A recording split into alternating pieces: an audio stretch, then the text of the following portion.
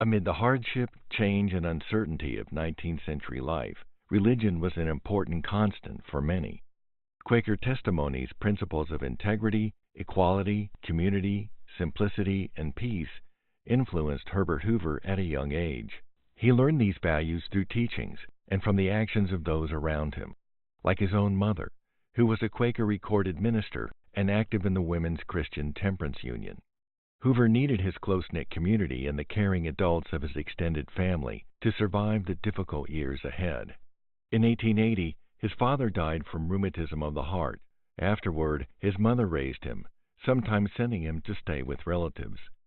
During 8 months with his uncle Laban Miles, an Indian agent in Oklahoma, he attended school and played with cousins and Indian children. Recalled Hoover, "We learned much of Aboriginal lore of the woods and streams and how to make bows and arrows."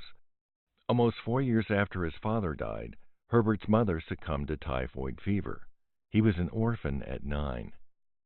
His school teacher, Molly Brown, offered to adopt young Herbert.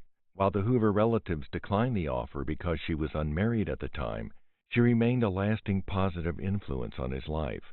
She attended his presidential inauguration in 1929. The extended family separated the 3 Hoover children and sent them to live with different relatives. Herbert went to live with his uncle Allen and Aunt Millie Hoover on a farm outside West Branch. Hoover said, "I have dim recollections of the counsels of kindly relatives and others, not as to who should undertake the duty of raising the 3 orphans, but who should have the joy of adding them to their own broods." In 1885, at his Uncle John Minthorn's request, Herbert traveled by train to live with him and his Aunt Laura in Oregon. Though Herbert would leave this heartbreaking chapter of his life behind, he took with him a deep and lasting empathy for those in desperate need.